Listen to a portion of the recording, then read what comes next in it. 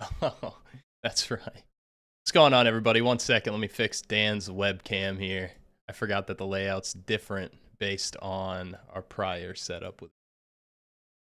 So while we're live, I'll go ahead and I'll fix that now. Even though Dan's gonna look quite large comparatively, but he's the pretty one, so it is okay if his head is large, in my humble opinion. What's going on, everyone? We're pretty much just gonna hang out, shoot the shit, do some talking, while we watch to see what happens with Nvidia. Tao Andrade says, quero produzir conteúdo para vocês em português. Eu já falo português. Mas obrigada.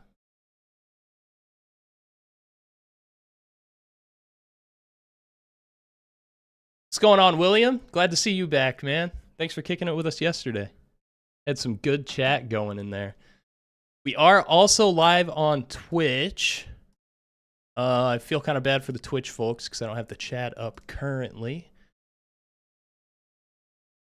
But hell, I mean, might as well just kind of shoot the shoot, so to speak, while we wait for these earnings to drop.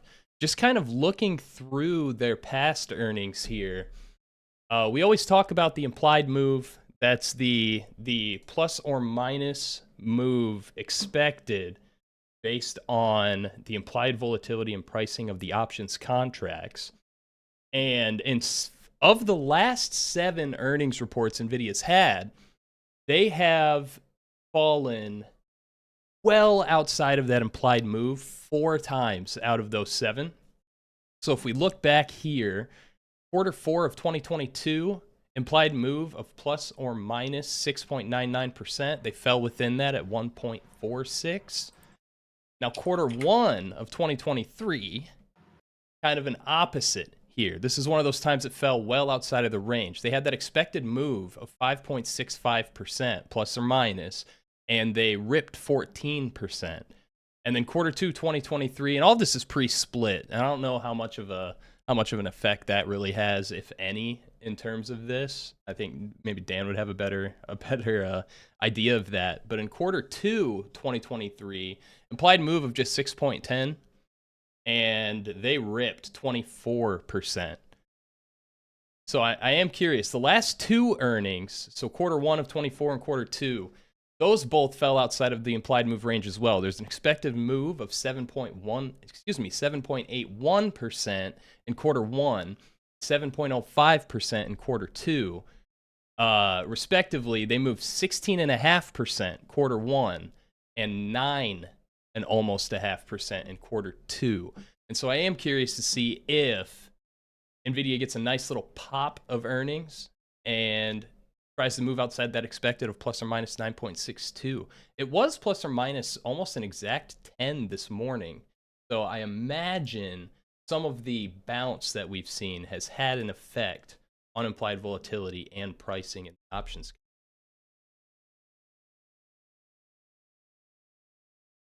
What does the current option trading volume tell us call versus puts as far as magnitude?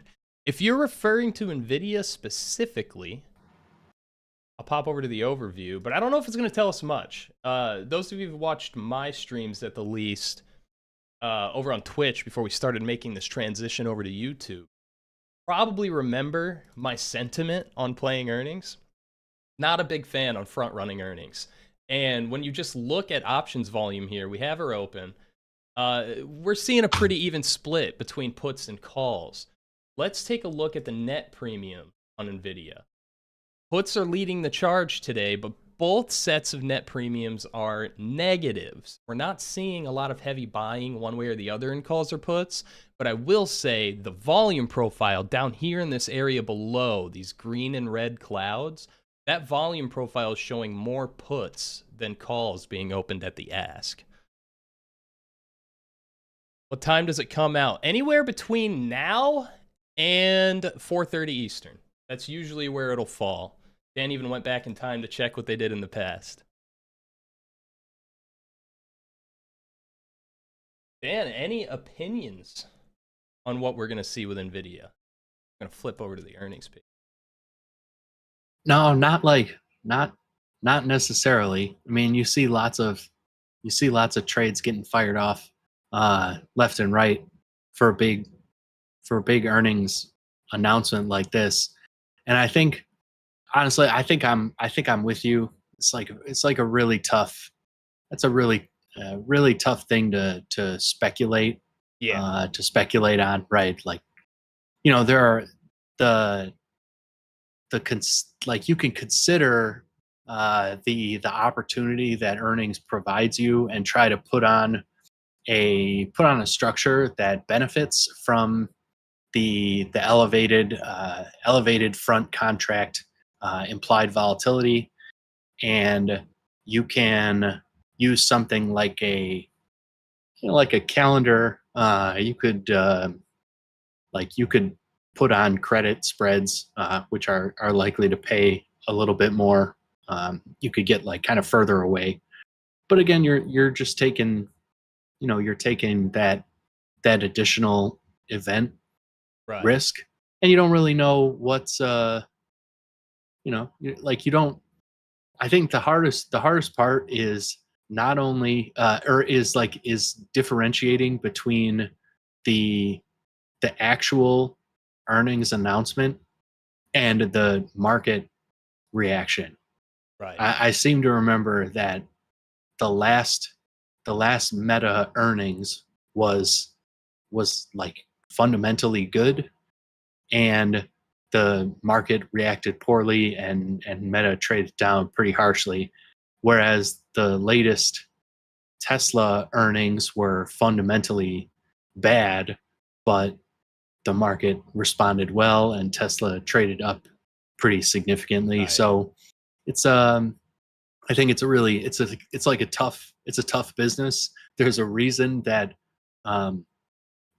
like option sellers will step in and will run strategies like selling straddles, selling strangles, doing doing the work to take advantage of that elevated premium, and taking the risk that the market is is overvaluing the likelihood of a big move, right? Right. They're coming in and saying options are too expensive. They're on that offer, they're selling into that sort of thing. And theoretically it works, it works most of the time, right? Until it doesn't. Right. And I just now flipped the chart over to Salesforce. They just reported a beat, top and bottom. Earnings per share 256 versus 236 expected, and revenue 9.32 billion versus 9.23 expected. And they did give a nice little candle down, almost $10 before wicking back up, but they are currently green in after hours, though not in a crazy fashion. And Dan, there's one thing you always say around earnings too, especially to people front running, which, as you know, not a fan of. But you always say wait for the call. And yeah, gosh, because that initial reaction, people start counting those eggs before they hatch, and then they'll have the call have really bad looking forward guidance, and then full reversal opens negative as hell. So what is that? Is that from your point of view? Is that just the general investors waiting until they have full blown confirmation of positive news, or fade the first move type thing? I would say essentially you're like waiting. I mean, you have to, the earnings report, the numbers that are delivered are technically backwards looking, right? It's like it's what has been done, and investors are. Oh, CRWD just made a 1.5% candle. Sorry, I didn't mean to interrupt there. No, it's all good, right? I mean, the conference call is forward looking compared to the report, which is the fiscal quarter's results. Right. And I think investors, traders, market participants are really focused on what's incoming rather than looking backwards. And I know exactly what you mean about that, like conference call turnaround. There have been some pretty significant ones. I distinctly remember having those chats with you at that time, Yeah. where it's like, just wait, just wait until someone gets on the phone.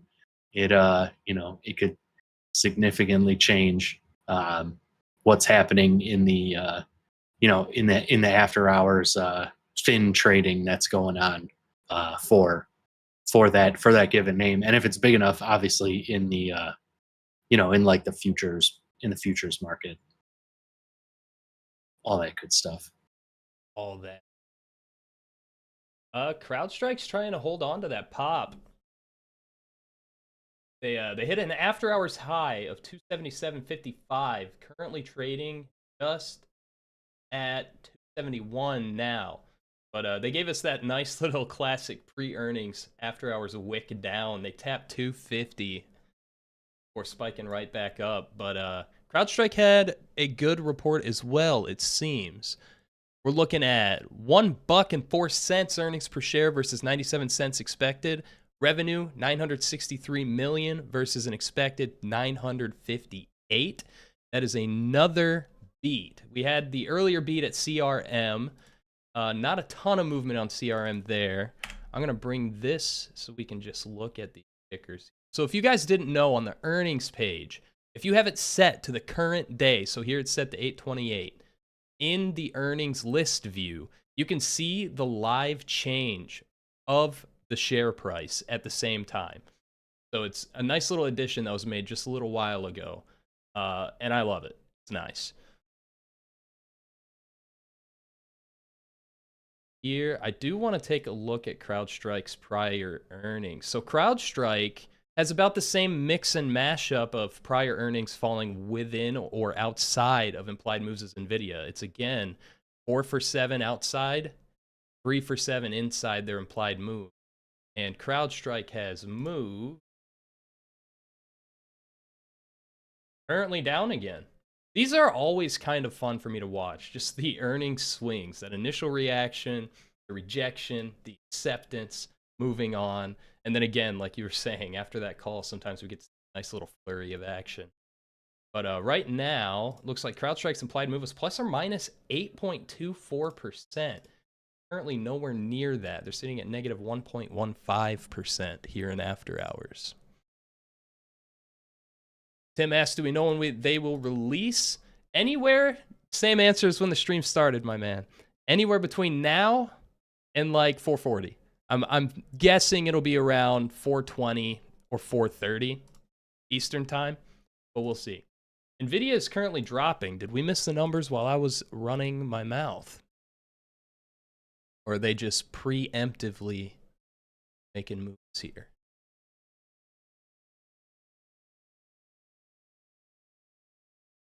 Nothing yet. Nothing yet. Big bar down, though. I guess not that big. Never mind. I'm zoomed in. Ignore me. I'm zoomed in on the 1 minute chart, so that $1 move is way more dramatic than $1. Hey, what's going on, Joe? One of the Unusual Whales affiliates hanging out in the chat. A Joe named Joe. Same name on Twitter. Check him out, folks. Smart guy. Pretty damn good with the flow. Code of Joe, 5% off. And in the meantime, while we wait on these Unusual Whales numbers, if somehow, I mean, I'm assuming you all got here from the Unusual Whales page, but if you somehow missed it, we are currently having a 15% sale until September 9th. So until September 9th, you can get 15% off your subscription, 20% off if you're upgrading to a higher tier. Due to new data additions, new features being churned out, a lot more work on the back end happening. Prices are going up on September 16th. So this is a good time to get in at a discount. Before prices rise, you'll be grandfathered in permanently at your old rate.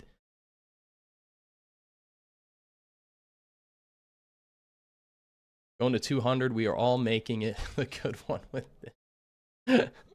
Dude, can you imagine? A 75 handle ripper in Nvidia on earnings? That would be insane. Hey, good stuff, Scrumbo. Happy to have you.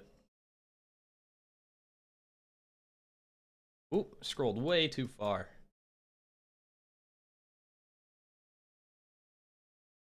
We're looking at Crowdstrike. Crowdstrike's just kind of flopping around here in the same range. But back up near the starting line. Nvidia's still just holding its breath.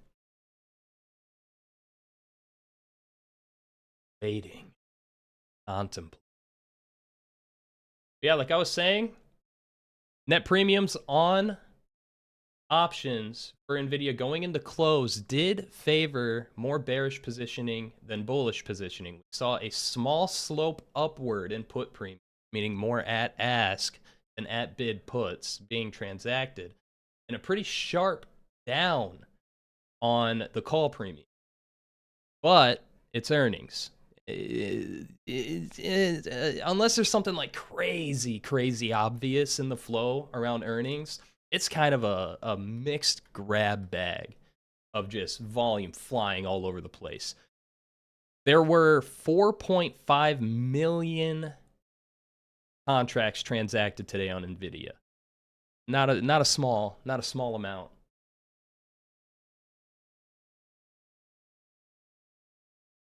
About 44% bearish in those premiums on the day, mind you. This is the whole day, not just that little 5-minute window at close I mentioned. And a good chunk of mid-fills going.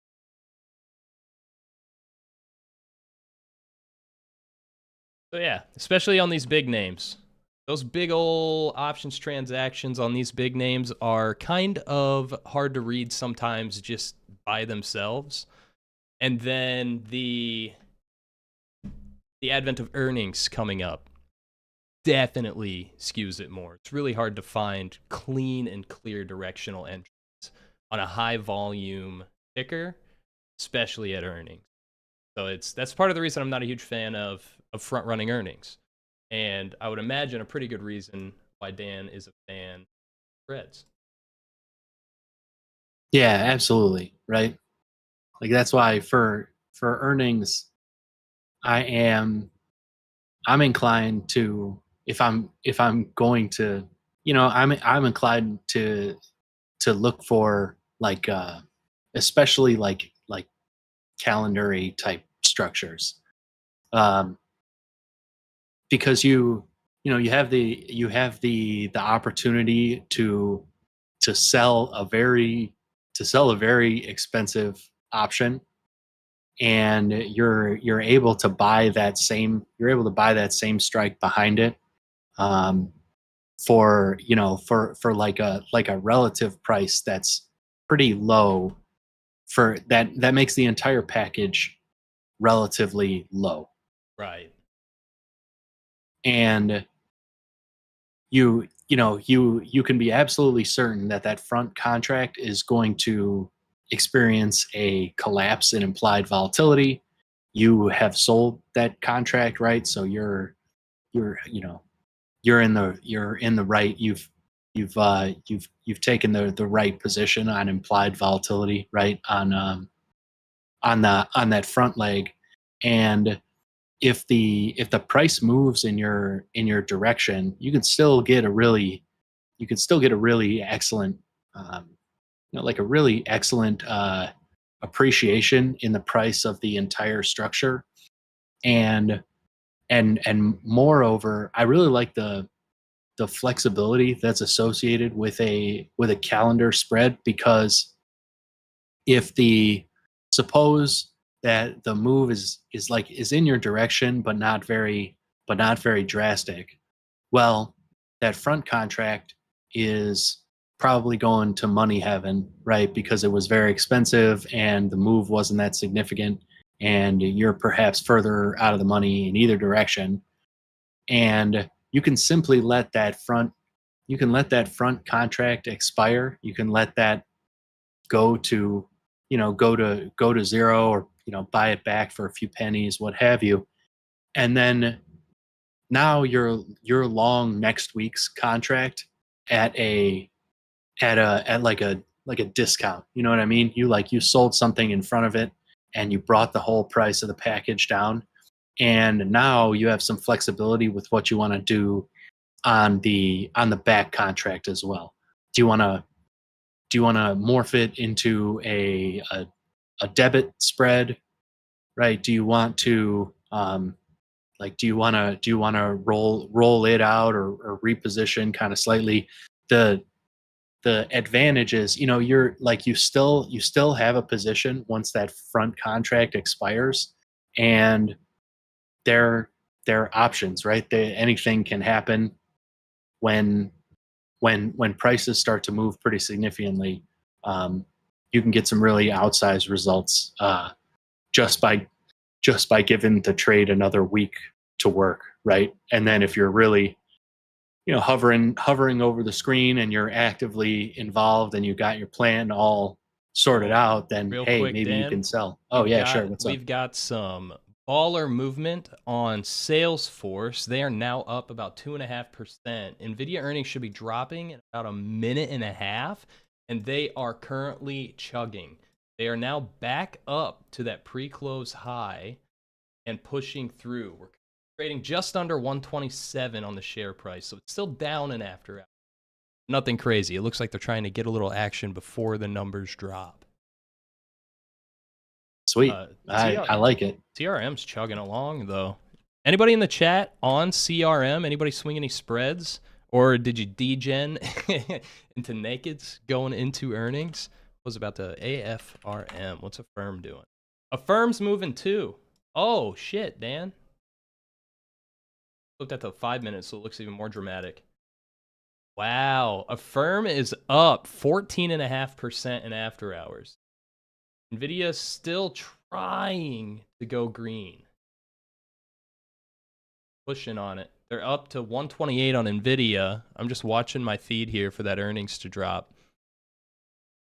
I expect that candle to move a hell of a lot faster once the numbers drop. Yeah. I was gonna say. Yeah, go ahead. Go ahead. No, I mean, I'm looking at like the E-mini, I have the E-mini S&P up and it's flying around, right? It's like zipping up and down. Big red candle on Nvidia. What are we gonna do? We got numbers? Do we got numbers? And right back up.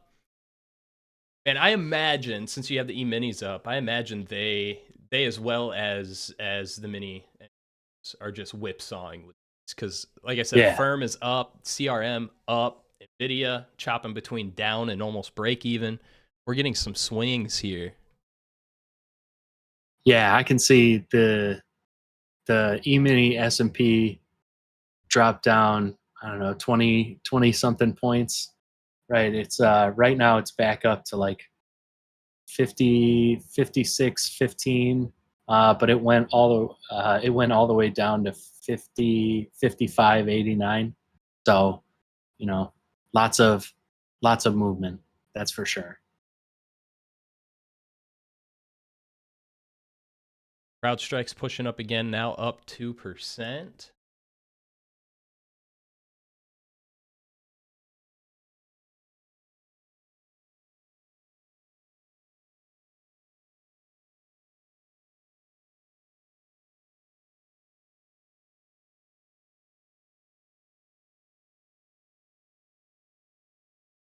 All right, folks, we have numbers. And sorry for any delays. I can't figure out how to make YouTube not have a 10 to 15 second delay, but I've been trying. NVIDIA earnings, baby. 68 cents per share versus 64 expected. 30 billion in revenue versus 28.73. So far, what I said about that candle getting a lot more dramatic hasn't happened yet. So maybe I am a liar in retrospect, but I mean, it's NVIDIA, so let's see. Let's give them a minute to digest. But if they make everybody wait to see a full stock price reaction until the call, I think that's just rude. I think it's rude. It's rude. where are we sitting? So that puts us currently at down 2. Let me pop back open the earnings page here. Again, their implied move was plus or minus just under 9%. An expected move of $21.77 per share. Now, Dan's talked about implied volatility, especially in our call debit spread streams, fairly often, and the effects of Vega and Theta on contracts over time. If this does not fall within that implied move, anybody in naked contracts, possibly on either side of the trade, are going to have a bad time because that implied volatility is going to plummet. And if this stock price hasn't moved within that implied move, that plummet's going to be fierce and fast. Currently, Nvidia is still pulling back. We're down to 124 per share. Those who front ran earnings are going to want to see significantly more movement out of this on both sides. Like whether they're put buyers, call buyers, they're going to want to see a significantly bigger move out of this for those to print.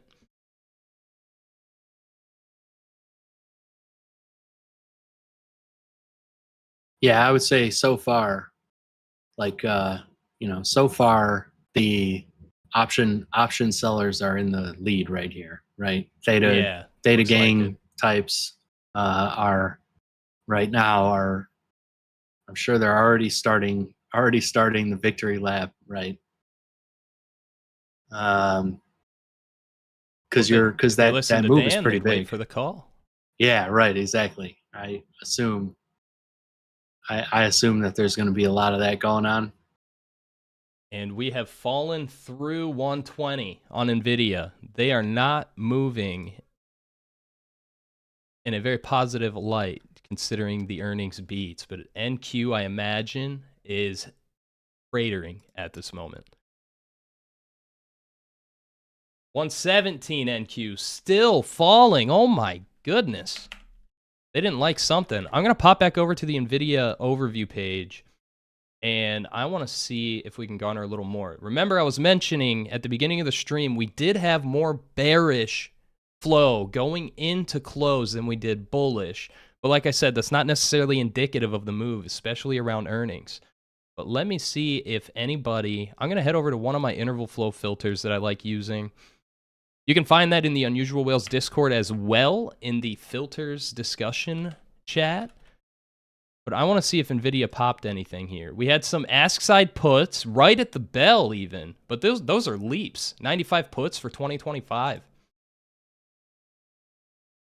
What was the implied volatility on those? I'm just going to pop that open because that might matter.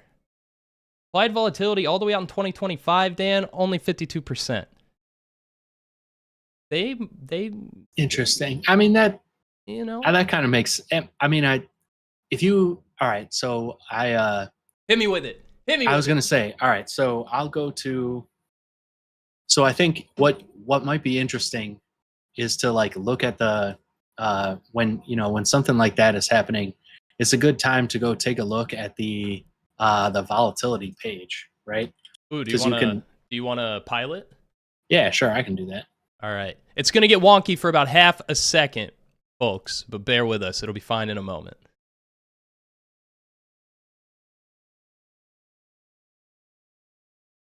Once you're ready, you can pop that up, Dan, and I will split the screen so folks can see what you're seeing. Okay, cool. He's going to go on a volatility bender. So you guys are about to get some free alpha. Alpha Dan. Okay, great. I got my screen showing right now on the volatility page for Nvidia. All right, give me about 10 more seconds to fix the layout.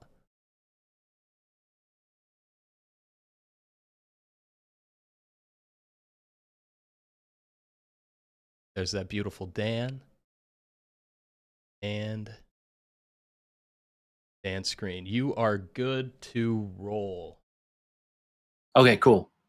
So you can see like right here, we're just showing prices, prices coming back up is to be expected. Yeah, it is a nice little bounce here on Nvidia too. yeah, some moves are definitely happening right here. So, um, what was mentioned here before, right, is about the implied volatility of a contract that's like further dated, and I think this is pretty this kind of arrangement, right? This kind of like this one, this is a little bit this is like a little more unusual, right? Like it's more common to see like what's called contango, where you have back like further dated implied volatility tends to be more expensive because more um, there's more time for price to change, Real quick, and Dan, NVIDIA yeah, sure. also announced a $50 billion share buyback plan. And that coincides with that nice little bounce we had. So no hatred for that. Yeah, that makes sense. That would certainly I'm sure that would certainly buck up some buyers in the after hour session here. All right, on with volatility. My bad. Yeah, no, it's all good. This is valuable information to be coming in, right, as prices whipping around like this. So you can see that implied volatilities in the shorter dated tenors right here are higher than in the longer dated tenors, and this is like kind of unusual. Like it's more common for single name equities to have higher implied volatility as you go out further in time, because there's just more uncertainty as you go further out in time. So if we were to look at something like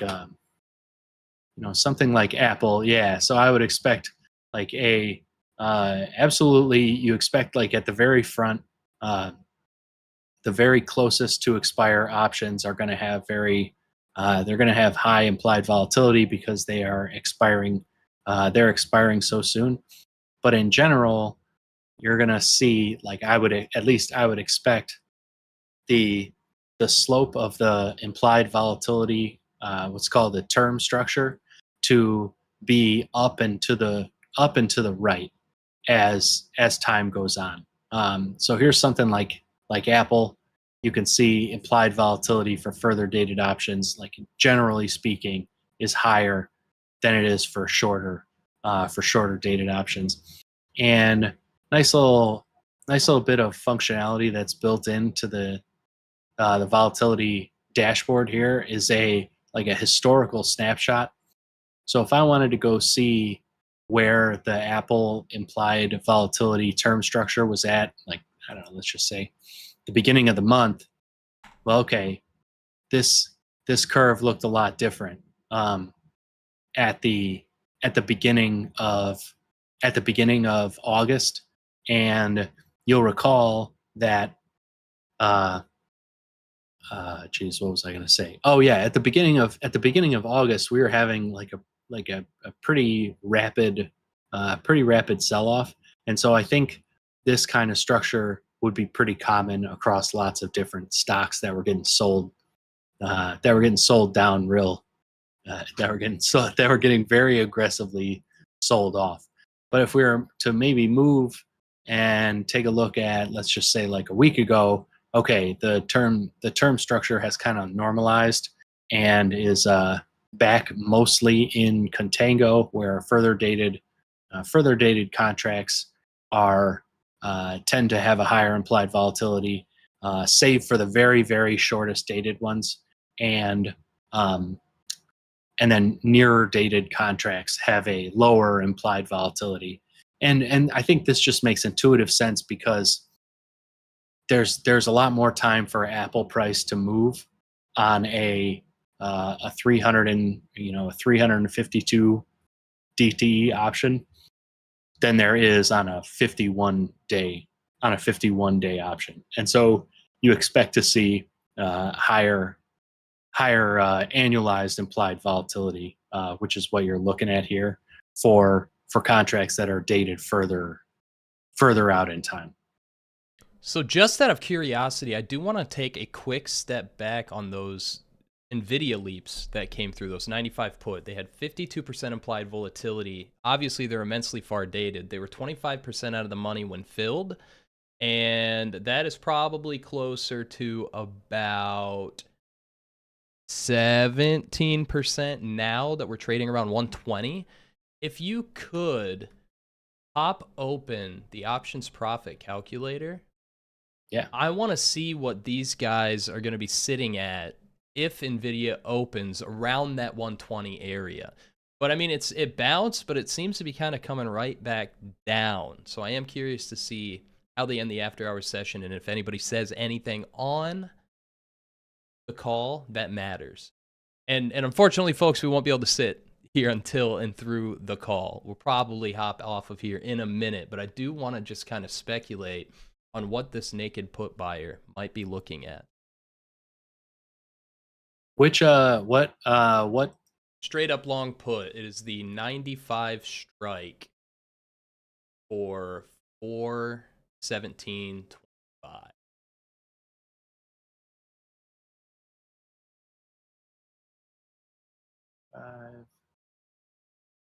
55. Yep, that's the one. And honestly, the fill that was there at close that's in the OPC, close enough. They filled at 655 to 670, so that's close enough. Okay, cool.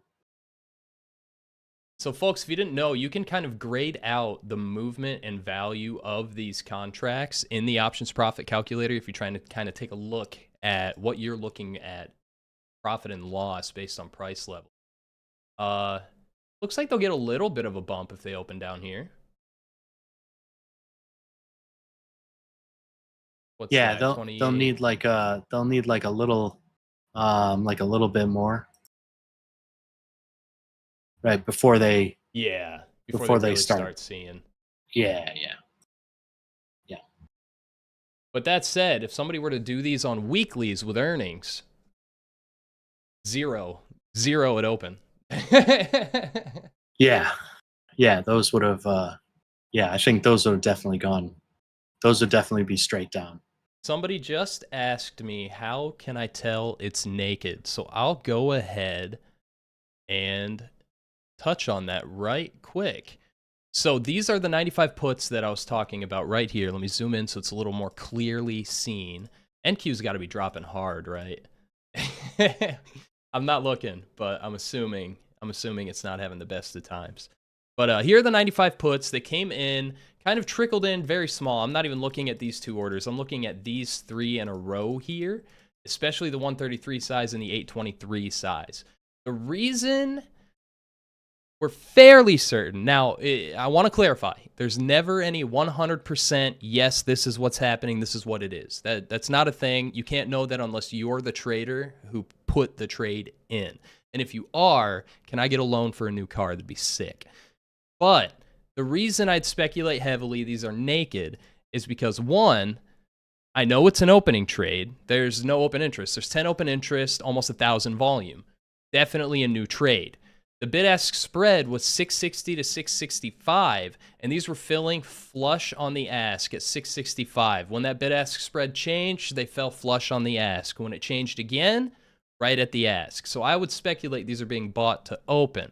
Why I say it's a naked position is because there's no related trades. If you look in this column right next to the date and time of fills, if there is another leg on that trade, it'll tell you. So let me just refresh my filter here to show you what I mean. We'll look up NVIDIA here. I'm going to set it to multi-leg trades only. If it's a multi-leg trade, you'll get these up and down arrows indicating that at the time of that order, there were also other orders at the exact same time for different strikes and or different expiration dates, matched together as related trades. If they don't have these up-down multi-leg trades, it's more likely that it's an individual trade. Now, again, even in the description here of those multi-legs, it does say not having those arrows doesn't mean 100% it's not a multi-leg trade. It still could be, but it's not flagged as such. It wasn't reported as such. It wasn't easy to grasp. But in this case, those 95s, Pretty cut and dry. It doesn't seem like they're related to any other trades. I also didn't see any similar volume on other strikes that could have been opening trades. Pretty positive those 95s were naked. But I mean, they're so far dated that they could be potentially related to the earnings play. But I mean, when they're speculating, half a year or longer out, Dan, you can correct me if I'm wrong on this, but I would err on the side of not necessarily an earning play for the sake of earning. Yeah, I would. I mean, I would certainly agree with that. It could, it could be some trading desk that has lots and lots of equity in Nvidia, and they're putting on some, protection into a binary event, right? You said it was like a 1,000 lot, something like that traded, right? Yeah, just under 1,000. Yeah, and so what was the delta on that? Let me go right back to it.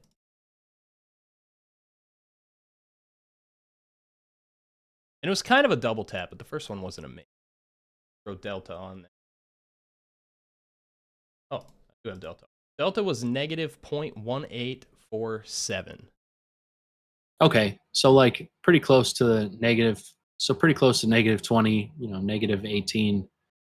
So like, essentially, if you bought 1,000 of those, it's the equivalent of shorting, like 18 shares times 1,000 contracts. So shorting 18,000, 18,000 shares with this instrument that pays off in a convex way.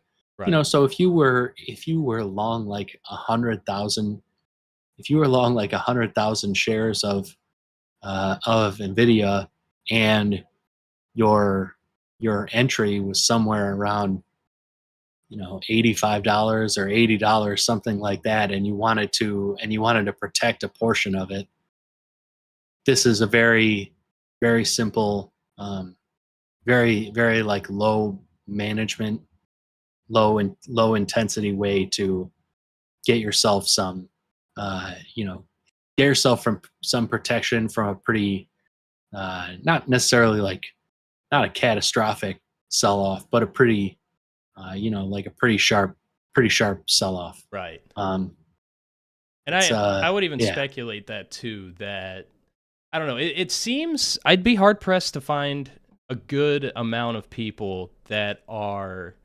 long-term bearish on Nvidia. Like it'd be hard for me to wrap my head around being actually long-term bearish on a giant like Nvidia, especially with all the developments that they're having as a company, especially with their chips. I know AI is the classic buzzword, but Nvidia is doing a ton in that field. And so I would err on the side of this possibly being a hedge, but like we always say, if you're not the one who put that trade in, we don't know for sure. I mean, I feel like there's a pretty sizable like bear museum that has built itself up around Nvidia. There are lots of negative sentiment around the, like, I swear I heard about the price to sales ratio of Nvidia 150 times over the last year, if I've heard it once, right? And so there were probably lots of fundamental reasons that speculators might have stepped in and shorted, but that's a really tough short over the last year. Yeah. Right. Yeah. Our boy Limitless, one of the community members on Twitter that's pretty active, posts a lot of fun flow as well, brought up that he saw a ton of 130 plus call writers today on NVIDIA. And I just found somebody who got $1.8 million in premium shorting the $131 call for September 13th. I imagine they're gonna be happy come morning if Nvidia stays. I would have to imagine they're not upset about the reaction so far. Like I said, we bounced back up, but it's nowhere near the high that it got to in after hours. Yeah, Limitless just called me out because I made a face when I saw that order. That's a fat one. It's chonky. Yeah, I mean, 2,900 contracts, average fill of 705. Right at the bid for the vast majority of these contracts for 1.8 million in credit received. Well, lucky him. Maybe. It you mentioned right at the beginning, don't count your eggs before they hatch. Or count your chickens hatch, whatever the hell that's saying. You know what I mean. Yeah, right. It's not a good time. Not a good time, I think, for anybody to start taking a victory lap just yet, right? And listen, I understand the urge to grab, to grab everybody's attention on Twitter or Discord or wherever you talk with your investing and trading buddies, and like warm up the megaphone about how right and smart you are, but it's just not worth the risk before it's all said and done, right? Like wait for the dust to settle, wait for conference call outcomes to be sorted out, and then absolutely, right, warm up the bullhorn. Get ready to send those tweets, right? Get ready to blast that information out there. Absolutely. That's the time to take your victory lap, right? You don't want to be deleting tweets and I can't deleting messages. I before I started really diving into learning options outside of I like that order, I'll buy it. I can't even tell you how many times I front ran earnings and 20 minutes after market close, just tooting my horn, so excited and happy for how banger of a play that was, just to wake up the next morning to a reversal in my options contracts zeroing out. So that's a big part of why I don't front run in and of itself. But yeah, you don't know where this is going to settle until market open the next day, and sometimes not even then. It'll give you a little teaser to the upside and then just knife, vice versa. Somebody says their conference call is in 15 seconds. I don't know that we'll have time to sit through their conference call, unfortunately. But we do go live every single Tuesday doing educational presentations with Dan here. He's got a deep font of knowledge, especially when it comes to spread structures and Greeks. And we'll be doing another one, of course, next Tuesday at 6 p.m. Eastern Time. And I don't know if we have a topic for it yet or not, but it'll be a banger, I'm sure. Yeah, I was thinking, I mean, maybe it'll be time for calendars. I would love that. Calendars are one that I really wish I could grasp better, because little bit of a teaser, we don't have to go too far, but they do seem like a pretty solid risk to reward ratio on those trades. And I'm someone who's extremely risk averse. I don't like sweating. I don't like hoping. I like knowing, that I'm going to be all right if I'm wrong. And you can't know for sure with naked calls, right? But calendar spreads, you're probably going to be okay. That the downside potential on those versus the profit potential is pretty clean. Yeah, they can be great. And I think what we'll go over in that discussion is like maybe just a light twist on the way that calendar spreads are typically presented, because they are typically presented as what is essentially like a price neutral trade. Like, it's very common to see calendars discussed in the context of you're going to sell the at the money, sell close to the money at the money call, and buy the at the money call for the next week. And essentially what you're trying to do is wait out the front contract, like kind of drifting down, and taking advantage of the spread between the two as the longer dated contract keeps its value, because it's further from expiration. Right. But you can get really interesting and solid outcomes by repositioning that calendar out of the money and using it to using it as a price prediction that has some favorable attributes. And we'll do a whole deep dive on that one. Yeah, on that'll Tuesday. be great. Yeah, I'll have to bust out lots of price change charts for those, because it can be, I think it's just easier like mentally to imagine what the price and Greek changes are going to be on something like a debit or a credit vertical versus a horizontal time spread, which is what a calendar is.